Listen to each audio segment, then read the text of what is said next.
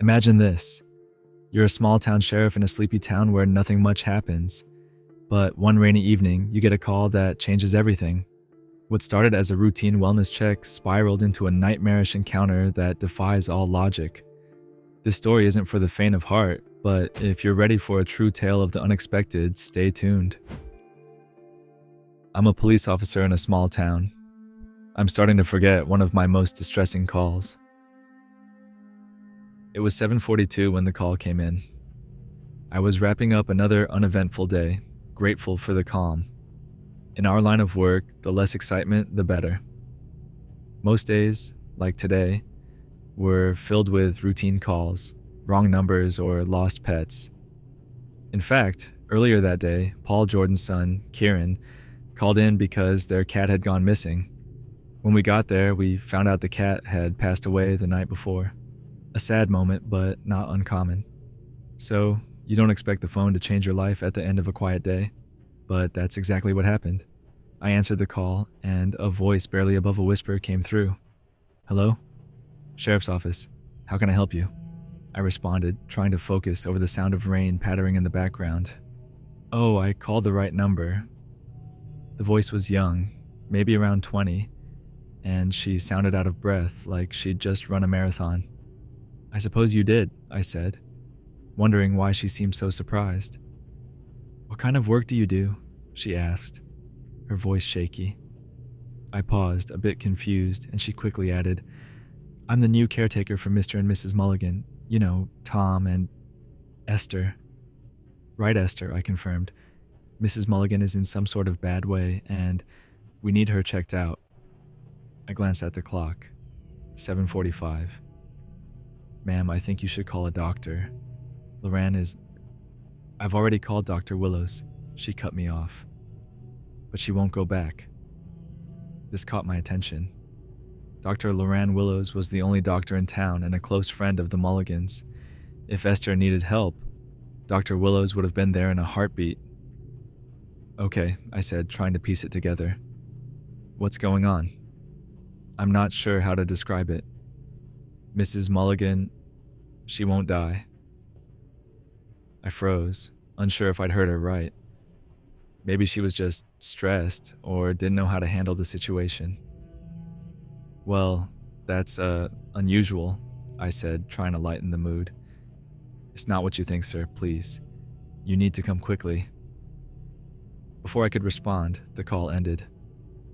Something felt off, so I decided a wellness check was in order. I called over my partner, John Lewis, and told him to get his coat. "Where are we going? My shift ends in 10, John grumbled. "Mine too," I sighed. "We're heading to the Mulligans." As we arrived at their home, it was clear something was wrong. The place was in shambles, with broken windows, random items strewn across the yard, and no lights on inside. The storm wasn't helping either. "Thomas Mulligan," I shouted as I noticed him outside, sitting under a tree in the rain with a shotgun aimed at us. "Mr. Mulligan, we're here to check on Esther," I called out. "We don't want your help," he yelled back, pointing the shotgun at me. "Or you either." I motioned for him to lower the weapon, and after a tense moment, he did. But something was seriously wrong.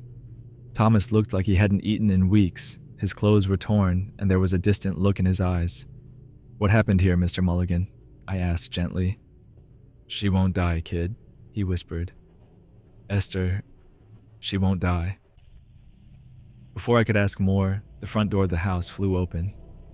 A frail young woman stepped out, barely able to stand. "Are you the officers I called?" she asked. "Yes, ma'am," I replied. "Are you aware that Thomas is out here in the rain with a loaded weapon?" "I've been trying to get him inside," she said weakly. John and I exchanged worried glances as we approached the house. The inside was even worse than the outside. Trash and dirty clothes were everywhere, and the air was thick with the smell of decay. We made our way upstairs, where I found a pristine door at the end of a filthy hallway. "Mrs. Mulligan?" I called out, pushing the door open. Inside, the room was surprisingly clean, with a noose hanging from the ceiling and a small Yorkshire Terrier that bolted out as soon as I entered. The room was eerily tidy, with fresh flowers in a vase, and the bed neatly made. Suddenly, Esther Mulligan appeared behind me, as lively as ever. She smiled warmly and started folding clothes, as if nothing was wrong. "I heard about my dear Thomas," she said almost cheerfully. "Shame he didn't come back inside." I was at a loss for words as she talked about the noose like it was a minor inconvenience. She invited me to sit with her, but I could barely process what was happening. Esther then led me back outside where the rain had stopped.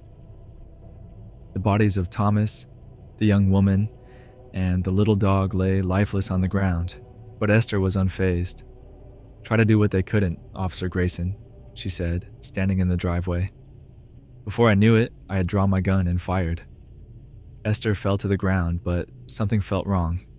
The world seemed to shift, and I felt a sharp pain in my shoulder.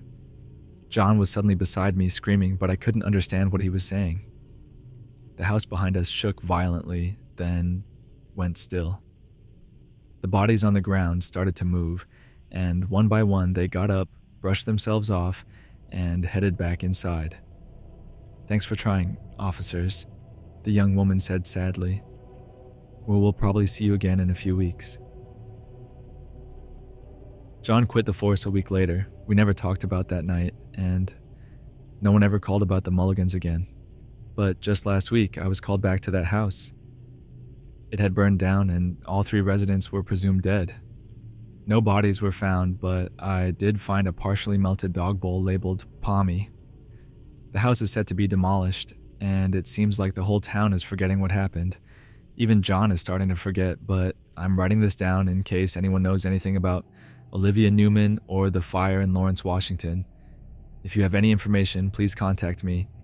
I might not remember this story for much longer, so please be timely. And that's the chilling story of the Mulligan House, one that still sends shivers down my spine. If you enjoyed this story or found it as eerie as I did, don't forget to hit the like button, subscribe for more creepy tales, and turn on notifications so you never miss an upload. Have your own strange or spooky story?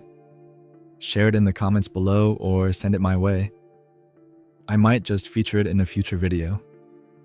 Thanks for watching, and as always, stay safe out there.